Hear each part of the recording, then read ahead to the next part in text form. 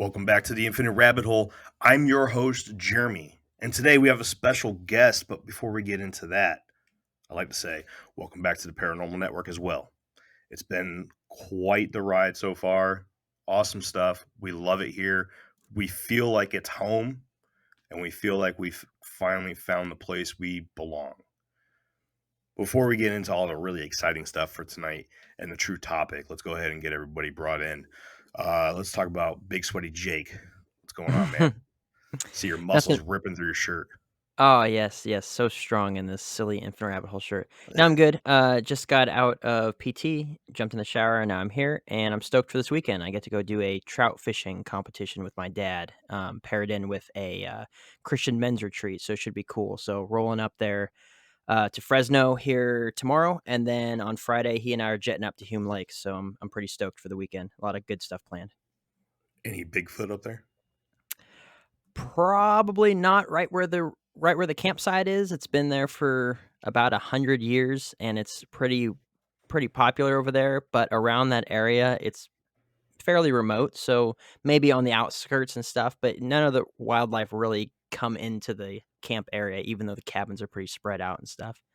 Because Are there there's going to be usually a any? bunch of like kids out there and stuff, because they have a bunch of middle school and high school retreats and stuff like that. So a bunch of kids screaming and whatnot, and then people shooting guns and stuff. There's probably not a lot of Sasquatch activity right near the area, but outside, sure. So no wildlife coming into the camp, but is there going to be any Jakes going into the wild? Depends on how hot the fishing is, I suppose. Okay. If we're absolutely killing it. I mean, they stock that lake. Last year, I think the biggest rainbow trout that was caught that got the prize for the longest was like 27 inches. So it's like they put some big old fish in that thing. So if the fishing is just killing it, I'm probably not going to be wandering around. We'll see. Right on. Well, let's go ahead and bring in the next host. We're going to do this backwards. Kenzar, how are you? You've been promoted. Yes. Yes. I've gone up a rank. Sweet. You've been promoted from kid to child. Oh. That's not as catchy though. No, how you been? I'm all right. I just finished my dinner, so I'm full of energy and food and ready to go. Was it French fry and gravy soup? Yeah. Was it really? It was my poutine. Yes, I had poutine for dinner. So for all the Americans that don't know what that is, come on, can you please explain it? It is literally just French fries covered in cheese curds and gravy. If you haven't tried it, do it. You're welcome. It's a Canadian thing, everybody. It's delicious. It is delicious. I heard that you have to like slurp it, like no, like in the Asian countries where you slurp your soup. No, that's not a requirement. If you want to, I ain't gonna judge you, but it's not a requirement by any means, and most people would probably ask you not to. So here in America, we have pie eating contests, right? Where we tie people's hands behind their backs. Do you guys do that with poutine? No. I heard they put them in feeder bags, like for horses, or like with oats, and they strap them to their heads and they just eat it all day long. I also heard this. Yeah. No. Okay. No. These Debunked, are all everybody. Just stereotypical rumors. All right, moving on. Moving on to Jeff with no hat. Jeff with no hat, how are you doing? Yes, I am Jeff with no hat today. I shaved my head last night. I also trimmed the beard down. I know, it's like we're looking at a man standing up, but his head's on upside down. Still full and voluptuous as always, but it is not quite as gangly as it was getting. You wouldn't make a good mermaid, Jeff. Wow. Yeah, you would. Yeah, you would. He's strap a fish top on him. He'll be fine. Sure. Yeah. But no, I'm here, man. I'm good. Today was a good day. Worked like always. I finally hit 1,000 TikTok followers again. So give it 2 days and I'll probably be banned again from another account. But it's been fun. Right on. Where can they follow you? Shadowban_podcast. Shadow_band_podcast. Try a mixture of those words, and you'll find something that's Something. either. It's there. It's whatever it is. It won't be there for long, I promise. This will be the third account. So like I said, I give it 2 or 3 days and I'll be done. So All right. Well, nobody cares about us. What they care about is our guest. So yes. let me go ahead and bring in our special guest today with a nice little write-up that I did for him, just like I always do. Today we have a different and special episode for you. We start a new series that we are calling the Researcher Spotlight Series. And today we welcome back an infinite rabbit hole favorite, Mr. Denver Michaels. Denver is an author, blogger, and researcher who has published 10 different books diving into not only the world of the paranormal and supernatural, but also into the history tied to subjects and locations involved. Denver has made 2 other appearances on our audio-only episodes to talk about particular books of his, but today we bring him on to do something a little different. Today we dive into the path that Denver took to become the author and investigator he is today, the stories behind some of his favorite experiences, and his personal beliefs in these amazing topics. I am proud to be able to welcome back a good friend of ours, Denver Michaels. Hey, travelers. Let us take this opportunity to thank everyone for watching The Infinite Rabbit Hole. If you enjoy our shows, please subscribe to our channel right now. And click on the bell so you can be notified every time a new video goes up. Now, back to the infinite rabbit hole.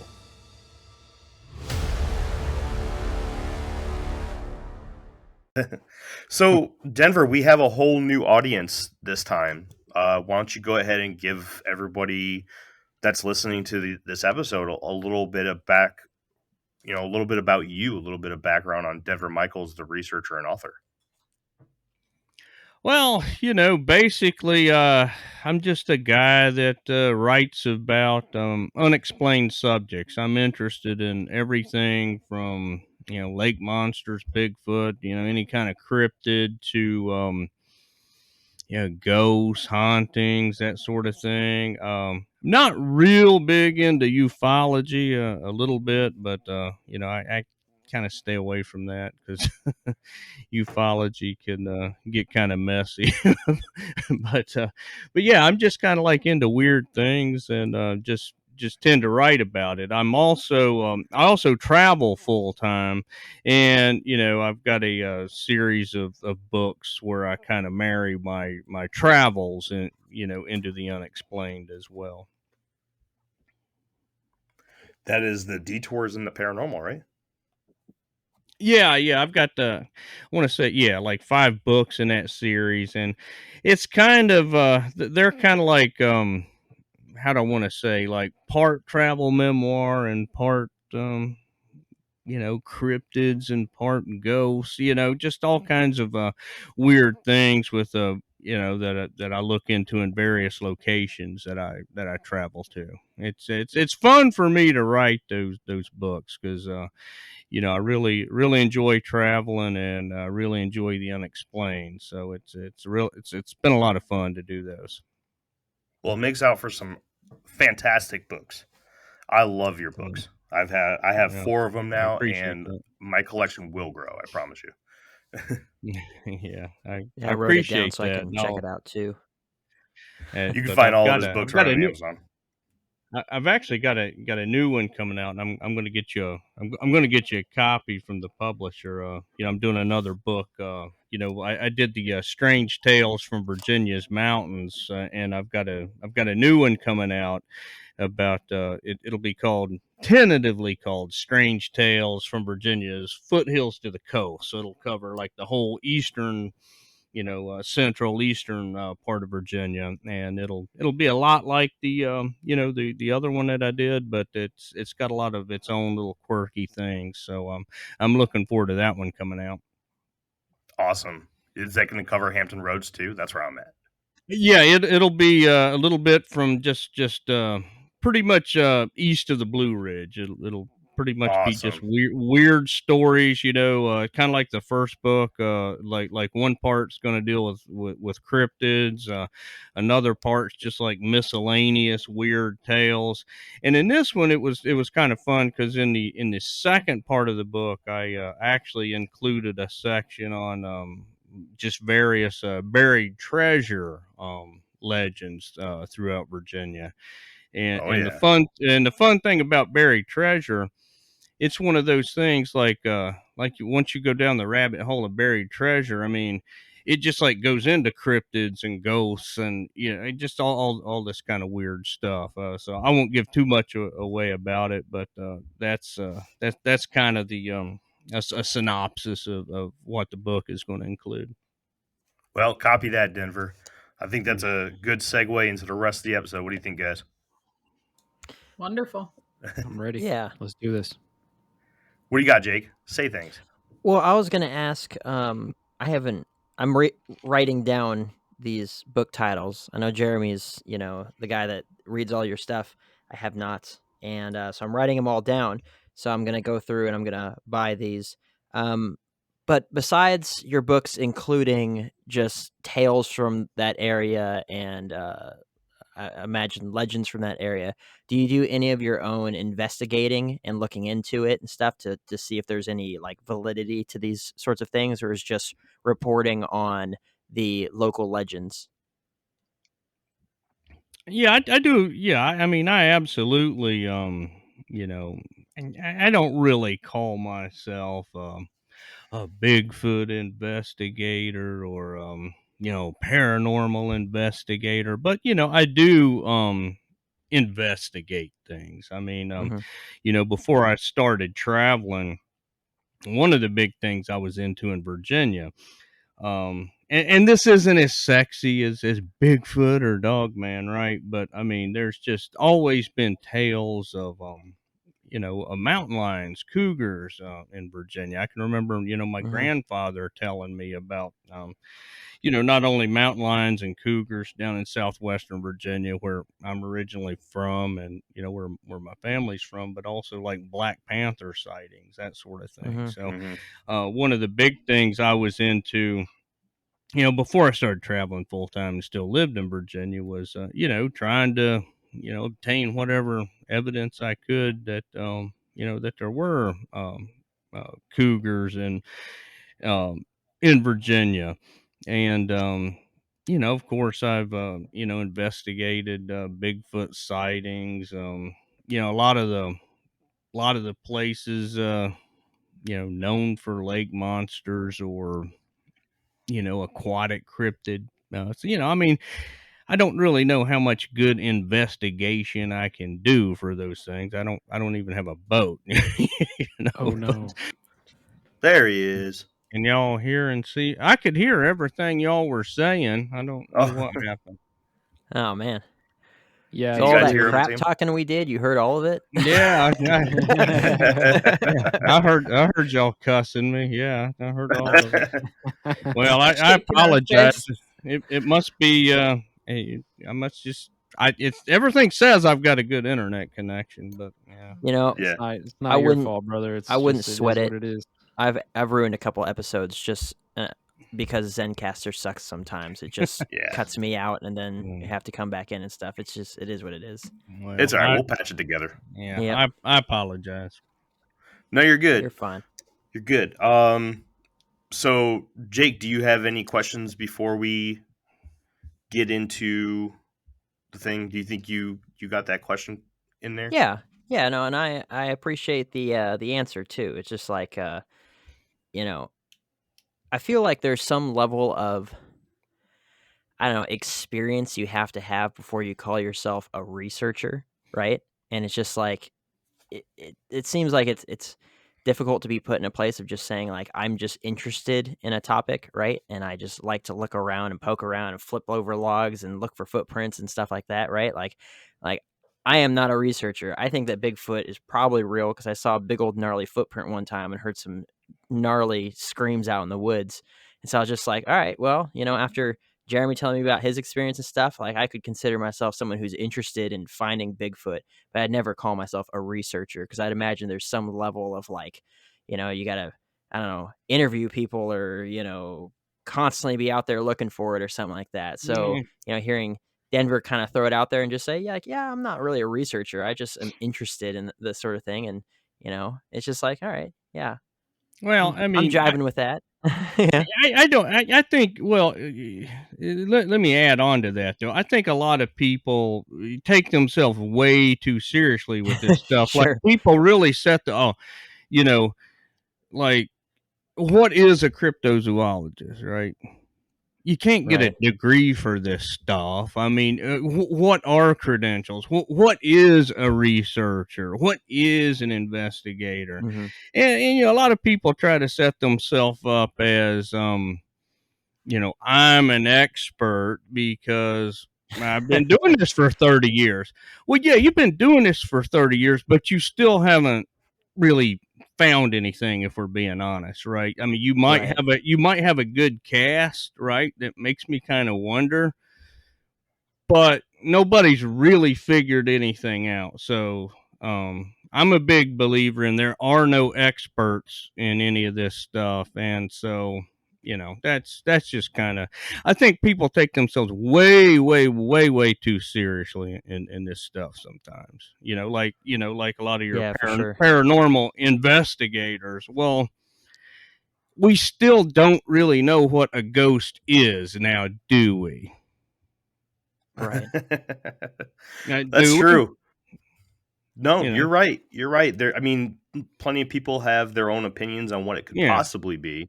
yeah. But like the Everybody needs. cryptozoologist that's been doing it, cryptozoologist that's been doing it for 30 years, calling themselves an expert. I mean, I think Well, It's you like, could well, also do you call. have? have figured it out.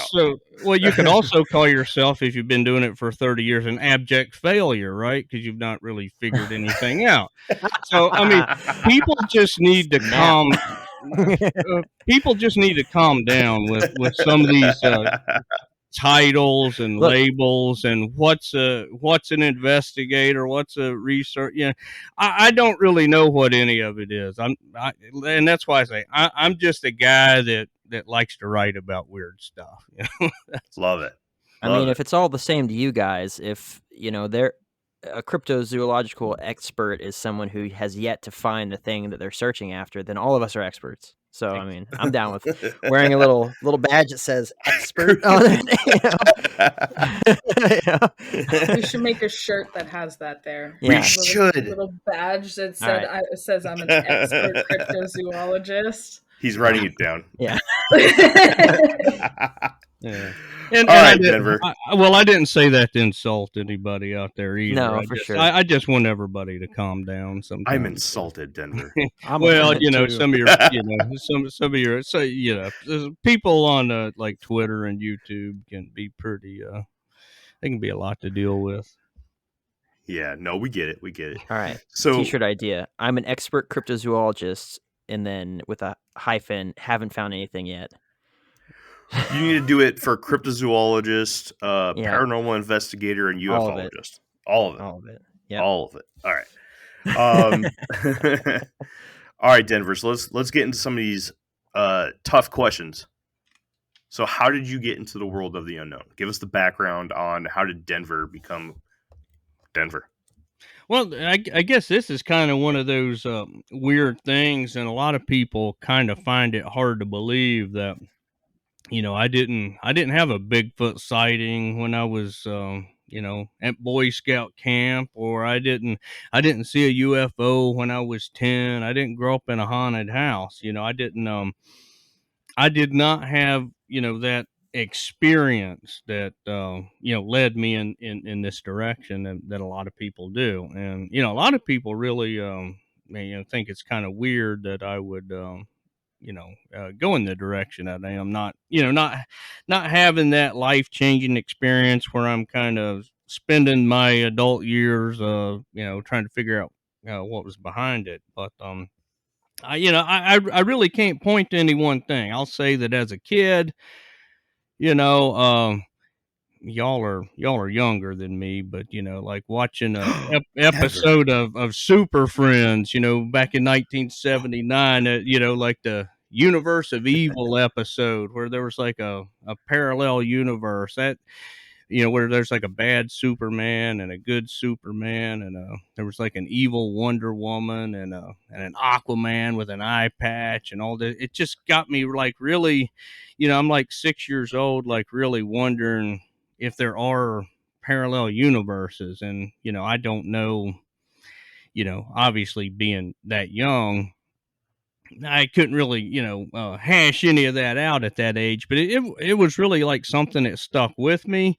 There was like another TV show when I was a kid. I think it only lasted like a season or two. It was called Voyagers. It was like about time travel, and that really kind of stuck with me. I remember in middle school, I'm checking out books on ESP, astral projection, just these weird books. My dad would like kind of roll his eyes when he see me read them and stuff, But I was reading about ESP, and I'd lay out like spoons, and like try to focus on them and like bend them with my mind, like I was reading about. And I don't know, I guess it's just I've just always been open-minded. I've always believed that we just really don't know everything there is to know about the world that we live in.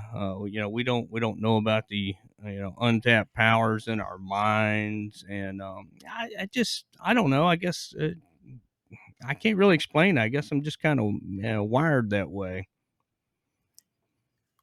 Or I'm wired that way. That's a good thing. Yeah, right? I think so. I think so.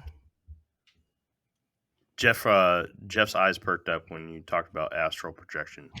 Astral projection and ESP. Yeah, man, that's something that I actually have done a lot of reading on. It's super interesting stuff. So. Yeah, I saw a hair pop up on his head. Yeah, I That's how really you tell was he's excited. I really was for a long time, like in middle school and stuff. I was really into that, and I really wanted, I was reading, like trying to figure out how I could do it, and was like trying to do it, but I never could get it to quite work out. But like in my adult life, I have lucid dreamed, not like really trying to, but like I have, had the lucid dreams several times, and that's kind of wild, but to say Gosh, the least. I wish that I could lucid dream. I think if Yeah. I could lucid dream, I think my life would be a lot better. Well, you just got to learn how to do it, really. I heard you guess, shit your pants when you learn. No. Yeah. I didn't really like. I don't really know how to do it, but like there have been. I'm thinking off the top of my head like 3 instances, and the last time is probably like 4 or 5 years ago. But like I'm dreaming, and then like something like clicks in my head, and I realized I'm dreaming, and then I like took control of my dream. Of course, it was some bizarre dream, like whatever. I'm like flying around on a dragon or something, because like I like took control of my dream, just like started doing what I wanted to. So I guess I wanted to act like I was in Never Ending Story or one of those old childhood movies or something. But yeah, it's like it's just like really it's like really weird. But I've never really been able to figure out how to do it like when I wanted to. I'll just say that. Well, Jake, There's you a do it, don't you? Really Yeah, good book I was would gonna. recommend here from Russell Targ, The Reality of ESP. It's a physicist's proof of psychic abilities. It's a good book. Oh, cool. I just wrote that down, so check that out. Yeah, So Jake, tell us. Denver, we're gonna have to have you on for another episode because Jeremy wants me to do an episode on lucid dreaming because I do mostly lucid dreaming. I very rarely have dreams where I don't realize that I'm dreaming. Wow, and that's awesome. It's not like it's like the parameters are usually set already, but I can still realize that I'm dreaming, and I can control some things, or like realize that I'm having a nightmare and this isn't real. It's like, I don't see the dog that's turning into a couch and just being like, "Wow, this is reality." People dream, right? And it's just like, and then you wake up, it's like, man, that was crazy. I see that in my dream, and then I'm just like, this is fake. And I just snap out of it. And it used to be my That's trigger cool. was my trigger used to be when I was a smoker was my white Bic lighter. I always carried a white Bic lighter because people have this like superstition that white Bic lighters are bad luck. So I had a white Bic because I don't believe in luck and no one would steal it. And when you're in the military, like pens and lighters just go missing, right? So I would always have it in my right pocket. And like that was my trigger, was to know, was to like snap out of it, was that I would feel in my right pocket, and if I didn't have that Bic, I knew I was dreaming, because I always carried around, military people in our uniforms and stuff, we always carry around our lighters, because if we get little fuzzies and stuff on our cuffs and everything, we burn them off with the lighters. So I'd always have it in my uniform, and then I'd always have it in my civilian clothes because I was a smoker, right? So I'd light up a cigarette when I'm walking around, whatever, or doing whatever, right? So that was my trigger, was to reach in my pocket and realize I don't have my lighter, and then I would snap out of it. And then it just became so common that I was just like, I didn't need that anymore, to realize that this is absolutely a dream. This is not reality, one iota, right? So Jeremy wants me to do a episode on lucid dreaming, and we're definitely going to have you back on, just like so you can share a couple of these experiences and stuff, because it's like, yeah, I mean, at first it's not like I trained how to do it. I just could do it, right? And then Yeah. it took me a little bit to realize what was going on and stuff. And then it's like, oh, well, this is interesting. And then I found out that this is a common, or not super common, but people can do this as well. It's like Yeah. that one medical thing that you have where you're just like, there's no way anyone else is dealing with the exact same thing as me. Like my earlobe grew 3 sizes overnight. And then you find out that like 10% of the world has like this earlobe problem. And you're like, oh, thank goodness. I'm not crazy. Right. So Yeah. it's just like same sort of a thing. I was just like, oh, sweet. I'm not the only one. So I'm not, dealing with mental health issues. Fantastic. But yeah, so very cool. Yeah. Right on. Mm-hmm. What about you, kid? Or child? Sorry. Just doesn't have quite the same ring to it. You're right. It's We're got gonna go back to a kid. special- We're going back to kid. I would much rather be kid. Oh, I got child. nothing. No? I got nothing so far. All right. Well, Just enjoying the conversation thus far. so Denver, can you tell us a little bit about any personal experiences with the supernatural you may have had in your life? Have you had anything? Well, God, I think I shared it with you, like, where I saw that, I'm guessing it was a ghost just freaking walking right out in front of my truck, like at 3:30 in the morning. You did tell you me about remember, that. yeah, remember that? Yeah. And I, Yeah. I'm actually like, including that story in a book, but, yeah, so like one thing I remember was, and when was this? This would have been early 2000s, I guess. And, I used to work like really weird hours. I worked night shift a lot. And even when I wasn't on night shift, I was always, up at 2:30, 3 in the morning, driving into work, commuting long distances, blah, blah, blah. But, you just see some like weird stuff when when you're out on the road Yeah. sometimes. And like, this one, it's one morning, and it's right around 3:30, 3:45, I guess. I'm just driving along, and like this dude and he was like, just like he just like materialized like right in front of my truck. And this is like out in the middle of nowhere, like on I mean, it's a main road in Virginia, but there's no like development or anything there. There's like no houses or anything. And then he just like, he kind of like, I remember he like kind of like ducks his, kind of like had his head down like this. And he just like walking diagonally, like across the road. And I'm like, I slam on my brakes, and I don't even know how I didn't hit him. Right. And I mean, he's like when I go past him, he's like, just inches like from my truck. And, I'm kind of like fishtailing and, in a skid and all that. And like, I'm looking through my mirrors, and like he's just gone. I mean, like gone. And there's like nowhere he could be, nowhere he came from or was going. There's just no way it was anything other than just like just like an apparition or something. It just was kind of really freaked me out. And I mean, I remember him clear as day. He was probably about 6'1", 6'2", had a mullet, like sandy colored hair. Looked like he was like straight out of 1992. He had like a gray pocket T-shirt and like faded blue jeans, and and again, I'm dating myself. I'm kind of old. Y'all wouldn't really remember this, but in the 90s, people used to roll their short sleeves up, kind of like Yeah. up, Yeah. about that's something people did, back in the 90s, and Yeah, and, for and it sure. looked like he had a pack of cigarettes in his T-shirt pocket. I mean, I remember him just like yesterday, and it was just like a weird that was like one of like the earliest things I can really remember. I mean, I think I had some few weird things happen as a kid. I don't really, you never really know if you can like trust those things or not, when you're a kid. But Yeah.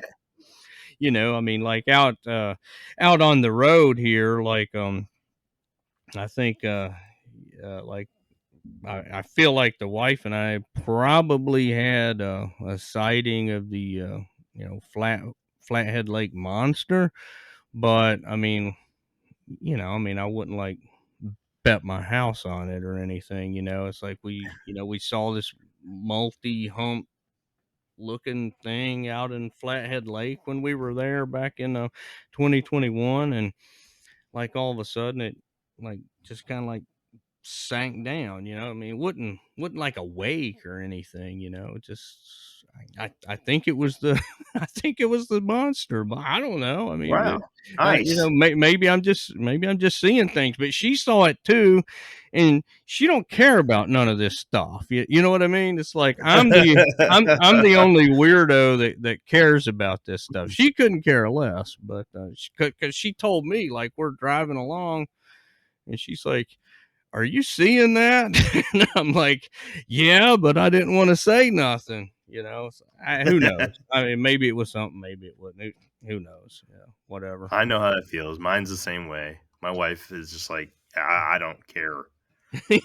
But she supports me and listens to the show. So Well, thank you, honey. Love that's you. that's how my old lady is, and I guess that's good. If we were both a couple kooks, it wouldn't be good for either one of us, right? It'd be fun. Yeah. So I got So this. go ahead, Jeff. I was gonna say I got like a weird thing. I think I've talked about this before on the show, but I believe a lot of crazy stuff. Everybody listening knows Yeah. that, right? Yeah.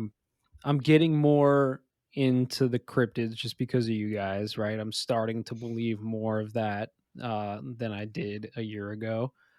But when it comes to ghosts, I'm still, maybe it's just a mental block for me, but I just have like I don't buy it. And I'm not saying like your experience, for instance, isn't true or whatever. I just like, for me personally, the biggest question I have is, why is it always at night?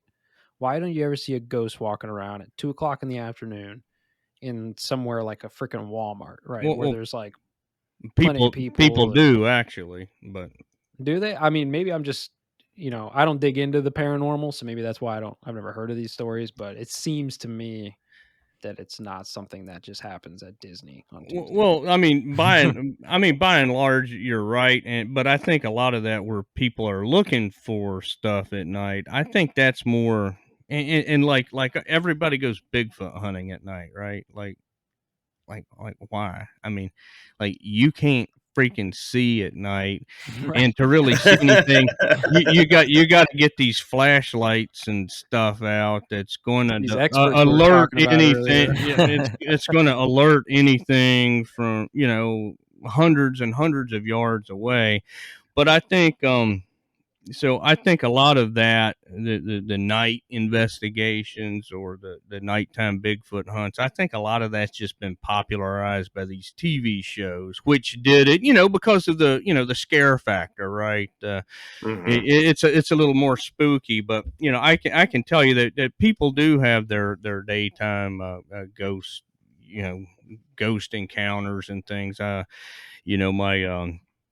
My sister-in-law like had an encounter, like actually, like where a lady walked up to her, like handed her, um I don't remember the whole story. I'm because it's been many years since I heard it, but handed her like I want to say like it was like a necklace or like a pendant or something.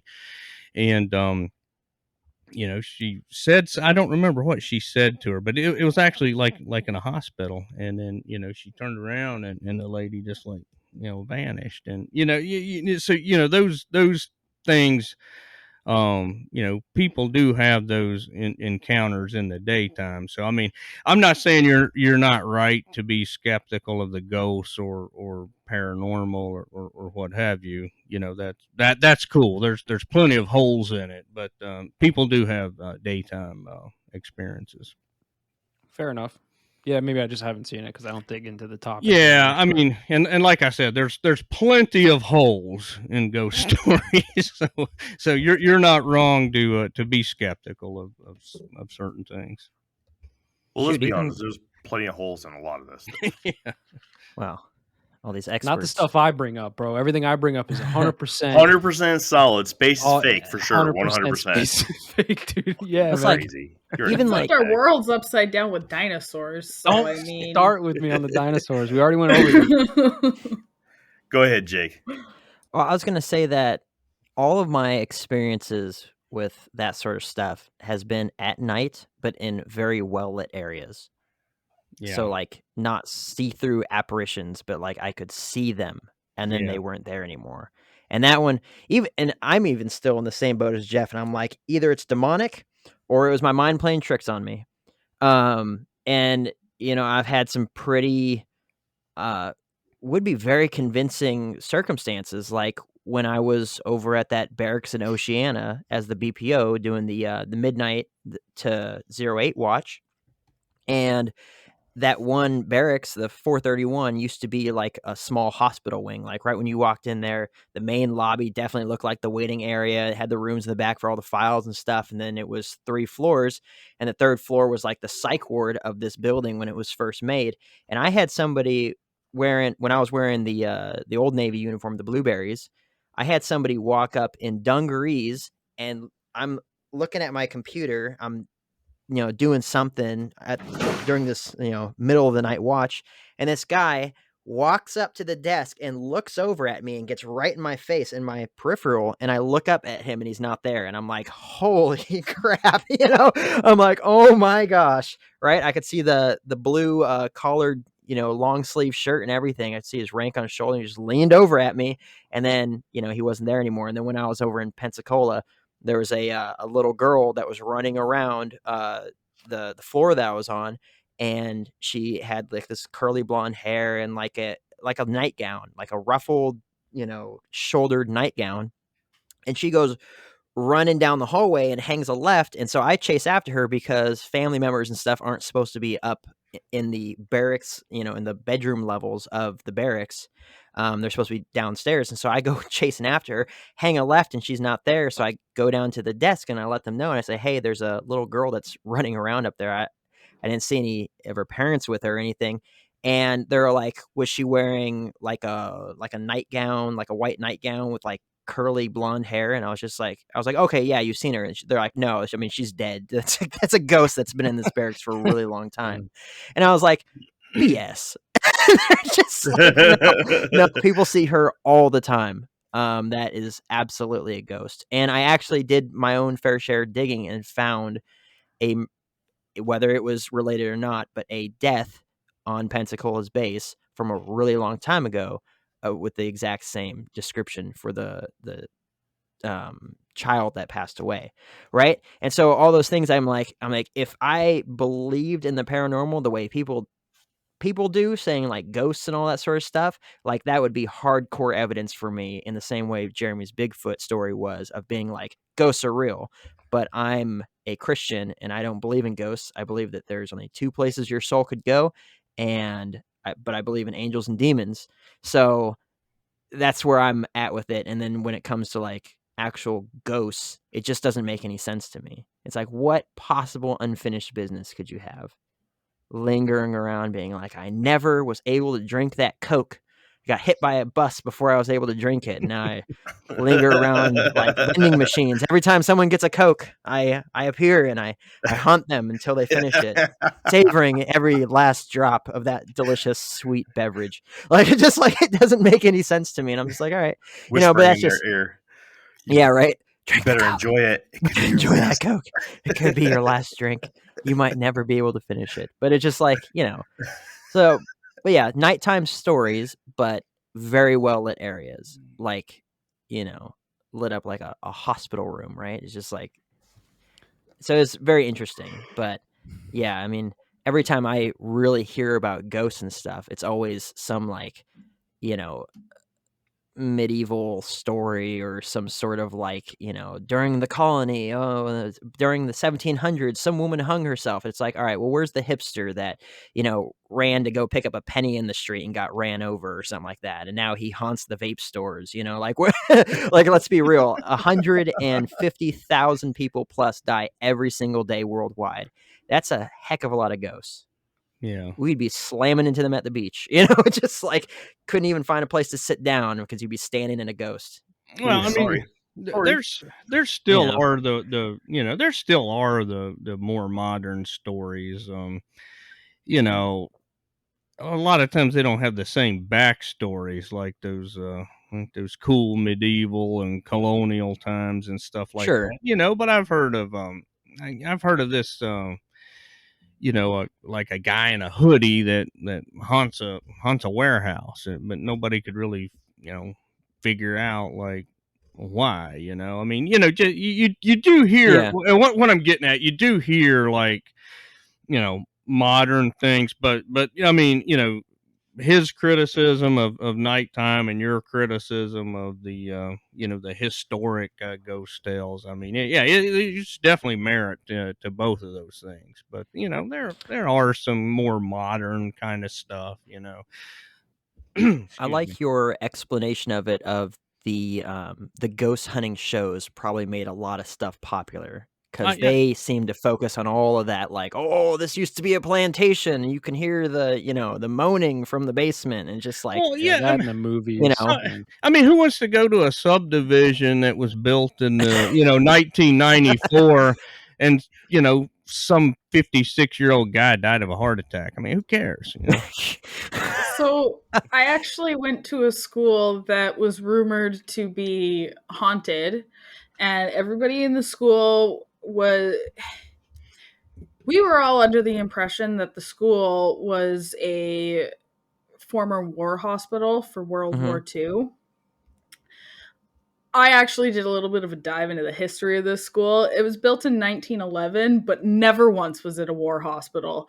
So the whole it was literally just a rumor of it being haunted, and that's what that reminded me of. There was the whole school. Everybody thought, teachers had stories about, it was a 3-story school. So they're like, the library's on the very top floor, and we were trying to do midterm tests, and all of a sudden it sounded like there was a stampede of elephants going on in the library, but there wasn't a soul up there, and the school's haunted.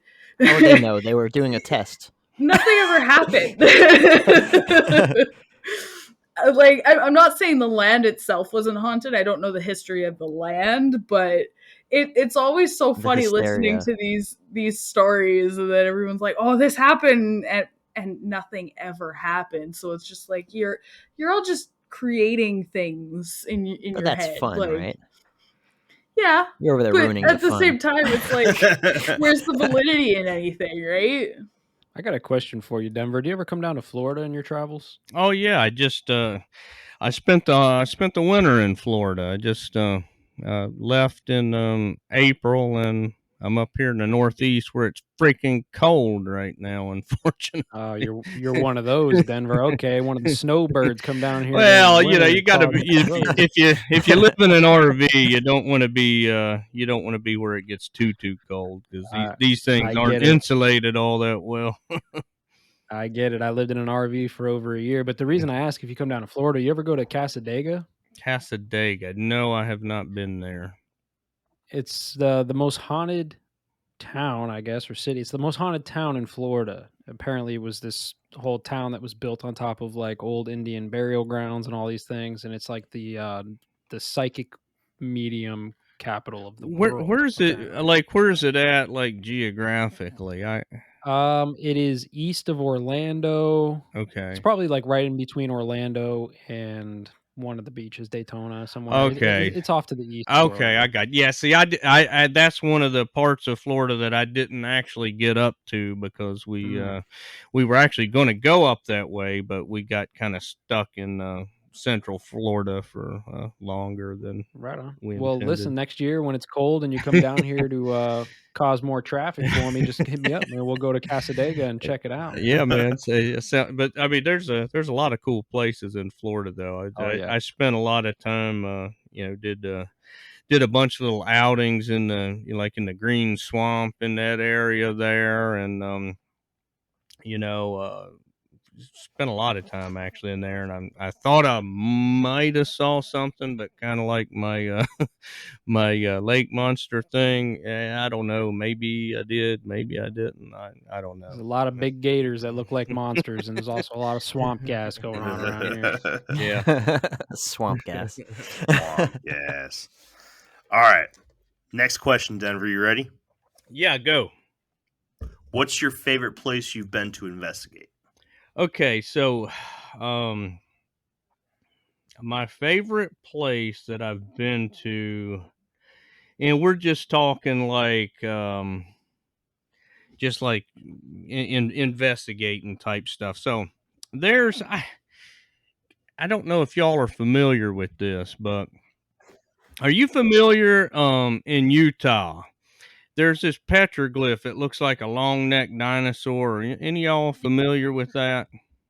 I am familiar of it because of you. Okay, well, anyway, that's my answer, but I don't know if anybody listening really knows about it. But so I just give a quick breakdown here. So anyway, in Utah at the Natural Bridges National Monument, and it's like that monument is like not really near anything. It's like an hour away from like the nearest little bitty town. It's just like in the middle of southern Utah. But anyway, they got all these like all these arches. They call them bridges, but they're like these massive arches. And at the base of one of those bridges, called Kachina Bridge, I mean, it's just covered with petroglyphs, and petroglyphs is like one of my favorite things to look into. I just can't get enough of them. I love them. No matter where I'm at, I try to see them. But anyway, it's called Kachina Bridge because it's got some of these weird looking. They just call them Kachina figures, but you don't really know what they are or what they represent. I mean, some people think they look extraterrestrial or this or that or ghosts or whatever. But anyway, at the base, like right near one of those Kachina looking figures, there's this petroglyph, and anybody can say anything they want. I've read scientific papers on it. I do not give a crap. Ain't nobody ever going to tell me it's not a long necked dinosaur, carved into that wall. I don't care what anybody says. I don't care. That's what it is. And I like in the early days of the internet, like back in the late 90s is like where I first became aware of it, because I've always been into all this weird stuff. And so like ever since then, I just like, oh man, I want to see this. I want to see this. So, like when we got out to Utah, this one place we were staying in Monument Valley, I realized, we're about an hour and a half from there. And so I drove all the way up there to see it, and like it's a pretty rigorous hike down and back to it. I hiked down there, and I spent 2 hours looking for it. I could not find it, and so like I left, went home, tried to figure out exactly where it was again. Went back the next day. The next day, I found it. Long story short, but I'm telling you, it looks exactly like a long necked dinosaur. And there's another figure like near it that kind of looks like a dinosaur, and then off away from it, there's two others that may or may not look like dinosaurs, depending on how bad you want to believe it. But anyway, because I had wanted to see that for so long, and because it's like such a bizarre thing, right? That I mean, if there's a long necked dinosaur carved in Utah, I mean that kind of turns what we know about things on its head. So that was my absolute favorite thing that I've seen so far. That's awesome. That's rad.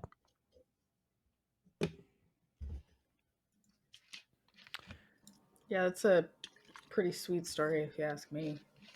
Yeah, I'm looking at it right now.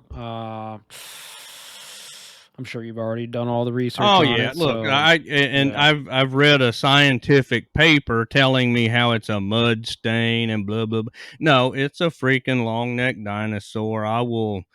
You can burn me at the stake, and I'm still gonna scream that that's a long necked dinosaur. I don't care. I'm that dug in and invested. What if I you mean, thought that it was a long necked dinosaur because you're programmed to think that that's what a long necked dinosaur looks like? Well, and may, Just made a smirk. may maybe, but then whatever it is, it's not something that should have been walking around in Utah 1,000 years ago. Okay, yeah. So period. I did a whole Hmm. episode on the show about dinosaurs being a hoax. Yeah, So I'm kind of biased to this particular thing, right.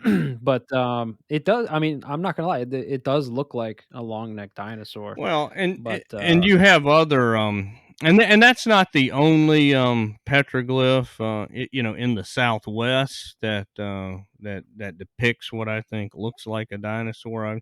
I saw another one that's not popular or known, but to me it looked like it near Kanab, Utah. Um, I obviously, like I said, it's not popular. I've got pictures of it. I could share with anybody that wants to see it. But there, and like I said, there's a couple others on Kachina Bridge that some people think depict a dinosaur, and and then you've got you've got like in South America, people that claim to see dinosaurs today, even in the Amazon. So I don't know. Yeah. I just I think it's a dinosaur. Whatever. it is interesting. It is interesting. It's something I'm gonna definitely do a little bit of a deep dive into because it is, again, doing the whole dinosaur hoax presentation and personally not believing that dinosaurs ever existed. Like when I see stuff like this, or like the eggs that somebody brought up to us on that show, it makes me want to look into it more because I am willing to change my mind on Yeah. things that I Well, say. I mean, You dinosaurs know, never existing. That's a pretty cool take. I mean, I like that. should check that episode out, Denver. It's a I, good He episode, he bud. did do a good episode on it, but we should cover Michele and Membe. That's supposed to Yeah. be a sauropod. Yeah, Yeah. and you have a lot of the same kind of reports. If you read Exploration Fawcett, Journey to the Lost City of Z by posthumously published Percy Fawcett's work, like in the early 1900s. He talked about folks that had spotted uh, diplodocus like creatures, and gave descriptions like footprints and things that people had seen, and there's tons of anecdotal stories of Amerindians in South America, instances of their canoes being flipped over by these long neck Yeah. Now, creatures. I won't say I do or do not, but I think it's a possibility that Makele Mbembe is a Diplo. Yeah, I mean, and Diplo I bonus. mean, it like, like in those deep reaches of the Congo and and in South America, man. I mean, like literally, anything could be hiding in there. That's I mean, what I think. there's so much, and it's not just dinosaurs, but other prehistoric megafauna. I know Jeff loves that term. You have ground sloths in certain parts of South America. Then you have a creature that is, well, it's called the beaver eater from Whoa, this is a Canada and family show, Hey bud. now, northern North America. hey now. That's also supposed to be a giant megatherium type ground sloth. So there's a lot of stuff. I mean, there's people that still claim that there's woolly mammoth and other type of Yeah, in woolly, like, Siberia. well, not just that, but also in the very northern parts of Canada. I wish we had our Canadian here. She messaged me and let me know that her computer froze up, so she'll get back with us soon. But she'll be able to tell me what part of Canada I'm thinking of, because I can't. Well, I mean those woolly mammoth stories. I mean, even 400 years ago. I mean, they were rumored to be living out west, and a lot of your Native American tribes have those tales. Just Mm-hmm. read. What is it? Red Earth, White Lies by Vine Deloria Jr. It's from a native perspective on Hmm. how he kind of debates what we call scientific fact, from the traditions of various native tribes and things. And those mammoth stories, it would certainly seem that they didn't die out 10,000 years ago. They at least lived to a few hundred years ago, and who knows? They're like you're saying, there might still be a handful of them today. Mm-hmm. No, for Thanks. sure. Yeah. No, I mean, I always thought that the woolly mammoths died out so long ago, and then I probably Mhm. last year saw some article online. They were talking about the die off period of the woolly mammoth, and said, people seem to think that it's like dinosaurs, like way back then, right? But it was literally like the time of the pyramids being built. And I was just Mm-hmm. like, oh, that's pretty close. That's, Yeah. nowhere near what I was thinking, or what I was thinking, science had projected as far as that sort of stuff goes. I'm Yeah. not a old earth believer myself, but yeah, just like, so I think that everything died off, but much closer than they're given a Right. time frame for. And I mean, like, do you really know when the last of something dies? I mean, they don't like Nope. check in with anybody, and Right. you know, All right, guys, we're signing out. yeah, and that's why Punching our card. like a lot of species supposed to be extinct. I kind of question that, and kind of like I was talking about earlier, like about cougars in Virginia. Hmm. They like to say that the last one was killed in Virginia in like it's like either 1882, 1885, something like that, down in Hmm. Washington County. But it's like, how do you really know that? Because like in the late Yeah. 1800s, nobody was tagging these things, and how do we know that a little pocket didn't survive in some of these more remote, you know, Yeah. remote areas that are now protected as national forest or national park, like Shenandoah National Park. So I Mm-hmm. just Clearly. I'm just Yeah. not a big believer when about everything being extinct, like on the time frames that they tell us. Clearly, it's because we've combed every square inch of Oh, the surface of this oh, planet, sure. so Yeah. that's how we know. Of You know, course, yeah. Clearly. Jeff's Duh. gonna come back to us about this this long necked dinosaur and be like, "I figured it out. It's not a long necked dinosaur. It's a huge, massive snake with legs." Hey, that's cool too. I'm fine with that. I'm absolutely okay with that. I got no problem believing in giant creatures, right? Like megafauna, Mhm. right? Or some other things. I mean, I believe in dragons that they existed at one point. So, for me, it's just the definition of terms thing. That's where I'm kind of like thrown for a loop. So you call it a dinosaur, I might call it a dragon or a giant crocodile. I don't know, but that's just where I'm at. But I'm sure that we've got stuff out there that has never been discovered, or at least what's the word I'm looking for? Like, jotted down, like this has been discovered. There's Documented, tribes documented. Thank you. That's the word. Yeah, for sure. Kenzar, So- where are those mammoths at? Mammoths. I Kenzar. thought it was whales. Well, whales too, but not the woolly whales. The woolly mammoths. Where are they at in Canada? We're in northern Canada.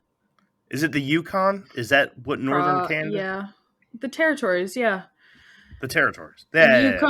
Yukon, Northwest Territory, and Nunavut or Nunavut. Yeah. I don't know how they say it. Every time I say it, I get told I say it wrong. Say it again. None of it. Nunavut. Nunavut. Come on, you're Iqaluit Canadian. You should know is this. I think the capital city of the province. I'm Yeah. probably very wrong about that. Your own But area, yeah, and you have it's no the idea how to pronounce territories. it. I bet she didn't even know Finland was above Minnesota. Yeah, it says right here. I thought it was Manitoba, but you guys proved me wrong. So I'm actually looking at this picture right now. Don't ask me why I found this on the internet right now, but I'm looking at the largest crocodile ever measured. It's long, 20 feet 3 inches. It's the longest crocodile ever measured from snout to tail. What about that Which one of tells that me picture we saw in the group No, chat that the was other fake. day? That was fake. fake. But this 20-foot 3-inch long crocodile is the biggest one they've ever measured, which means there's probably one that's like 10 feet bigger than Yeah. this swimming around somewhere. Like the Lake And- Placid crocodile. That's a big crocodile. Yeah. Dude, 20 feet is big, man. Well- That's like half the size of a city bus. Well, I mean, you think about fish, right? Somebody catches a record fish and, 10, 20 years. I mean, somebody breaks and not only breaks it, but shatters it. I was looking at a couple of catfish records recently. Like one was like 110 pounds and the previous record was 90. I mean, that's a huge percentage, right? So, I Mhm. mean, and Here in who says something's not bigger than that guy that's the record? I mean, we just don't know what's in the water Yeah. and what's in the woods. it's like the sturgeon, kind of like the sturgeon that was found in my area here in the Fraser River. 10-foot sturgeon Yeah. was found not too long ago, and I looked into it. The longest recorded ever sturgeon was close to 24 feet, just under 24 feet. That's a massive Huge fish. fish. They don't Dang stop big growing. fish. They don't stop growing. Jeez. It's a massive fish, right? So, Mhm. That's a big hell Yeah. no. That's what right? it is. Like, yeah. That's nuts. Well, all right. All right, let's I gotta bring up something that I didn't have written down. If you're in the Infinite Rabbit Hole group on Facebook, not the page. So if you go to Facebook, look for Infinite Rabbit Hole, click on the one with the black logo, not the one with the white logo. The white logo is the page where you update you on news and new episodes and stuff. But if you want to actually get into the conversation, look for the one with the black logo. And in there, we talk often, and also on the show, we also talk often about where we have gotten this crazy idea that dogmen could be No, kangaroo. we're not doing that, are we? Oh, Come yes. on. Come on, Denver. We have to. I'm on your side, Denver. I'm with you. Kenzar It's is the kangaroos. 100% with you. So Denver, Oh, my no. friend, is the one who birthed this idea. And I'm not Send gonna your lie. hate mail to him. When he first said it, Oh god. it took a minute to click. But you read books like what's that book from Laura Coleman? Mysterious America, right? Is that what it is? I think it's Yeah, Mysterious Mysterious America. America, Yeah. I think. Where he talks about in the Midwest there was this boom of kangaroos just everywhere. They were showing up even in the Appalachian Mountains and as far west as the Rockies. And between them and another well-known cryptid, the devil monkey, which a lot of people think that the two got kind of intertwined, and there was mistaken identity between the two of them too. So someone would report seeing a devil monkey, but really saw a kangaroo. And then Denver kind of turned me on to the idea of really taking a look at this kangaroo idea for some of these dogmen. I'm not 100% saying that every single dogman sighting ever was a kangaroo, Yeah, but me if you neither. look at the silhouette of a kangaroo, right? These things have hands Claws. with long claws, and they're bulky, big. They look like they could beat the shit out of you. And They Because got they the long can. snout. if Yeah. you've ever seen one attack a screen door, Yeah. Ooh, Well, that's you would shit terrifying. yourself. well. I think that's where I turned you on to it. I said, go on YouTube and write in the little search bar, put kangaroos are scary. Dude, I mean, like, it's just like now, and so like somebody in Australia might not really think much of that, Jeff's doing it. but somebody in West Virginia or somebody in Oklahoma, yeah, I mean, because and I don't care what any I'm gonna piss off some dogmen enthusiasts out there, but I just don't believe that upright canines can exist in nature, right? I mean, I believe Bigfoot can, but an upright canine I just don't think can exist in nature. So it's one of two things: it's mistaken identity, or we're talking something. And I'm going to say something more metaphysical, possibly even demonic, right? Because of their, the red eyes, the sense of evil that people always get.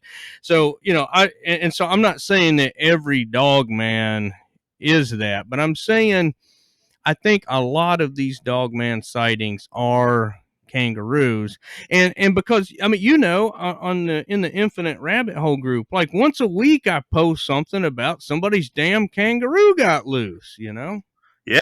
and I it's mean true. it's common. It's common. I didn't really used to pay that much attention to it, but now I'm like trying to document every time that I see this.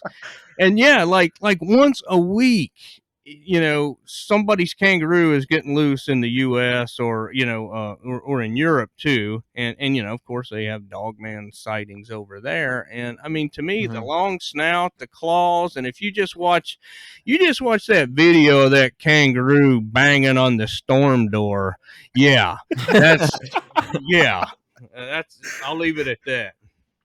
Yeah, I mean, There you go. imagine it being dark out, right? Yeah, And it's dark in the house, and you're sleeping, and you get you get like just the silhouette of a kangaroo outside your window, yeah, and and you it's live in beating the shit out Ohio.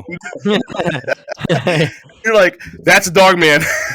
Yeah. I'm going to back this theory up right here. You ready for this? The Yes. Wyoming Wild Game Department, partnering with the Wyoming Migration Initiative, have released the first of 5 planned batches of 90 antilopine kangaroos into the Wyoming outdoors. Okay, that's fun. Yeah, We're about to get a boom of dog man sightings out Well, of I Wyoming. don't think we need kangaroos. we don't need kangaroos. So they Well, look, Wild kangaroos. Is it because they just- released the gray wolves, so now they have to release the kangaroos to It fight says back that the wolves? they're evaluating the viability of Wyoming's habitat for Australian marsupials. So this is just one example. Never mind the fact that we know that other animals get brought here, Yeah. as exotic pets, and they get out and so on and so forth. So are there kangaroos in the wild in the United States? Yes. Yeah, and a lot of people don't realize, you think of kangaroos, you're thinking Australia, where it's warm and stuff. But kangaroos, as long as they don't have like really, really deep snow, I mean, they can survive, winters, most anywhere in the U.S. I mean, you can find on YouTube and just Google kangaroo Oklahoma, and you'll see like some dudes out bow hunting in a field, and it's covered with snow, and this freaking kangaroo just comes bouncing down the field. It's stupid. I watched a video where a kangaroo was bouncing around in Staten Island. I got like a whole thing of reports from like where all these kangaroos in New Jersey. I mean, it's stupid how many kangaroos are out there, and like I know for a fact in Hawaii, some got loose from a circus, like in Oahu, and they actually established their own breeding population. So you've got the breeding population of wild kangaroos in Oahu, and I kind of wonder if maybe there might be little pockets in the U.S., because I've collected a lot of those, newspaper reports where some of them had got loose, and, there's no follow up where they were ever recovered and that sort of thing. So I don't know. I mean, it makes as much sense as a 7-foot dog that can walk upright. I fucked up. You know what I'm saying? No, I Yeah. fucked up. Uh-oh. It was an April Uh-oh. Fool's joke posted on April 1st of Oh, you 2017. scumbag. But What an asshole. I didn't know until I got to the end of the article. But This is why I check dates before I post or look too far Dude. into anything. That's Hashtag messed fake up, news. dude. Jim. I corrected it, but there's still got to be some wild ones running No. around. If But you vote for even- me, even- if you vote for me for president, I'm going to abolish April Fool's Day. I swear to God. But Have you even, guys- Oh, go ahead, man. yeah, let me go first. Yeah, you go first. Yeah, I'll go first. So even with that whole April Fool's thing aside, there is plenty documentation Mhm. of Oh yeah. of a rather large population of kangaroos back in the day, 70s, Oh, and yeah. before, 80s, 90s. And there was a large breeding population here in the U.S., mostly in the Midwest. But, I mean, think of all the cryptids that are out there, right? Let's just take one, for example, because I'm not going to sit here all day. Let's talk about the Jersey Devil, right? So the Jersey Devil, look at the general description of the Jersey Devil, right?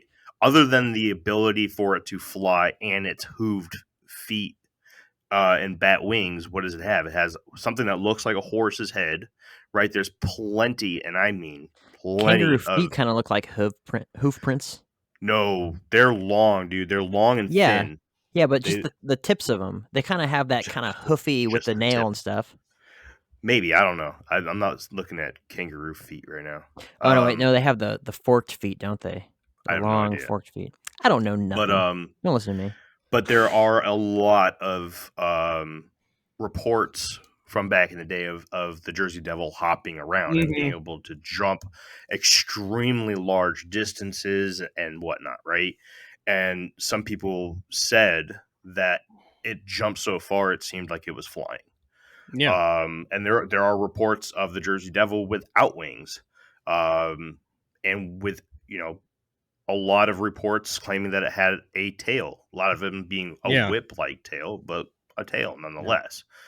So there's a lot of things that could be kangaroos. Yeah. Dogman, Jersey Devil are just a few to name a few, but there are a lot. And to think that the entire population is gone is probably crazy, because as Denver was saying, we're getting reports, news articles all the time of kangaroos being found here in the United States, and not just the ones that are being lost from personal collections that are tagged, or are microchipped.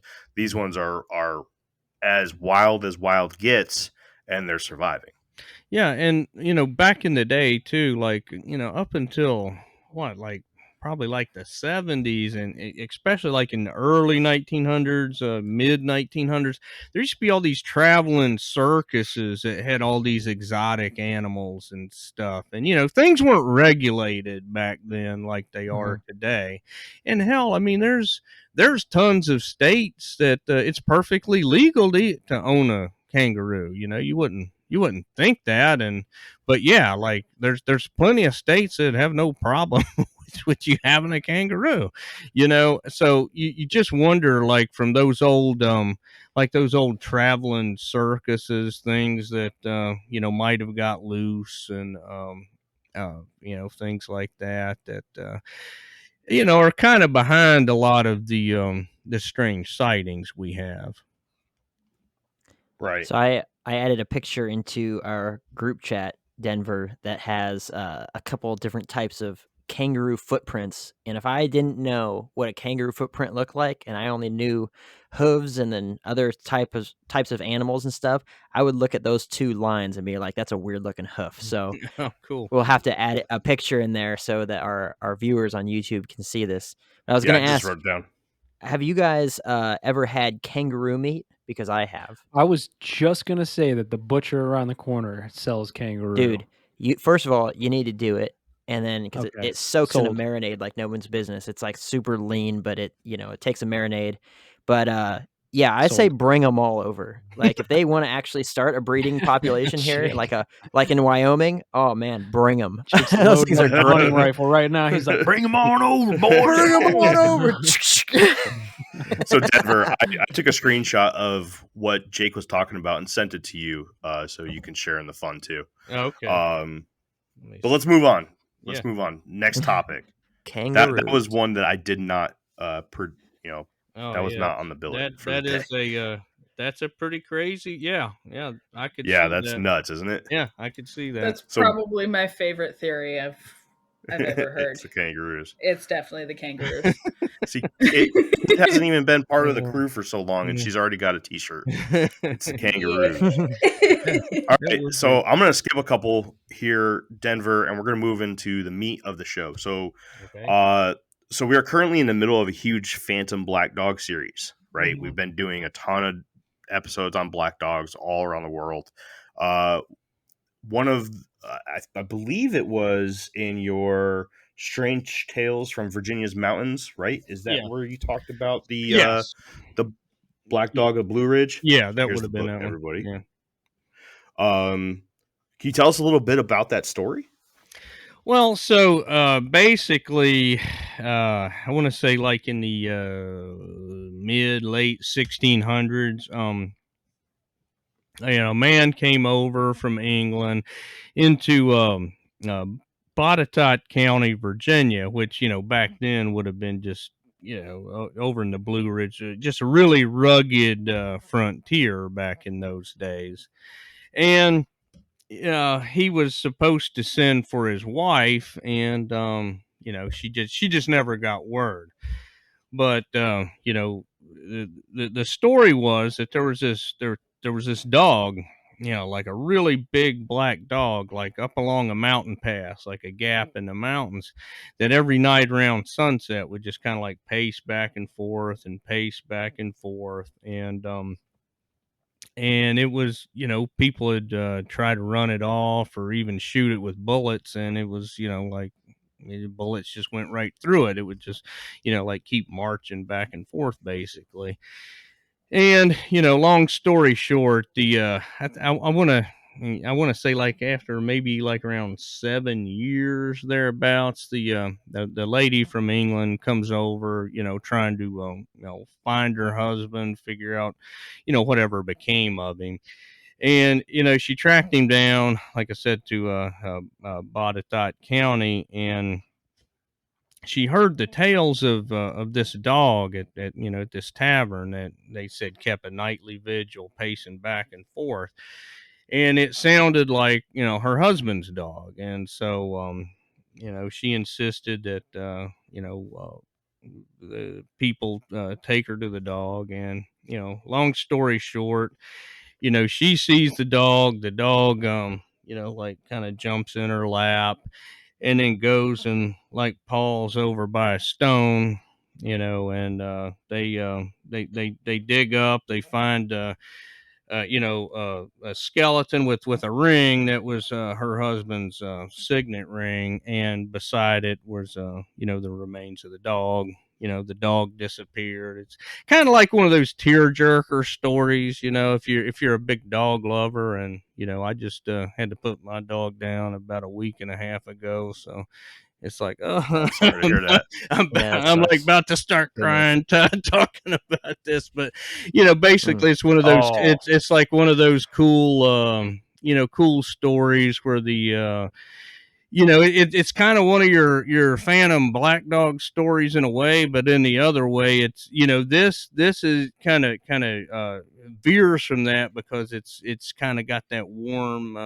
That warm and fuzzy deal That feel good. Yeah. at the end. It's like a loyal companion that that hung around till his dad's wife could find their bodies and give them a proper burial.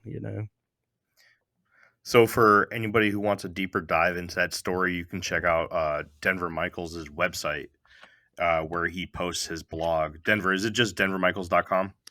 It's actually denvermichaels.net. Some jackass had .com, and I would have had to pay a bunch of money for it, so I just went with .net. the other Denver Michaels. Yeah, whoever the hell that is, I don't know. He has pictures of his rocks and all of his rock collections and fossils and stuff. Yeah. Like, no, my website's way too important. All right. So definitely check out denvermichaels.net. He does do a blog on the Black Dog of the Blue Ridge. Also, you can find the story in his book, Strange Tales of Virginia's Mountains, which this is the one that's getting the sequel, right?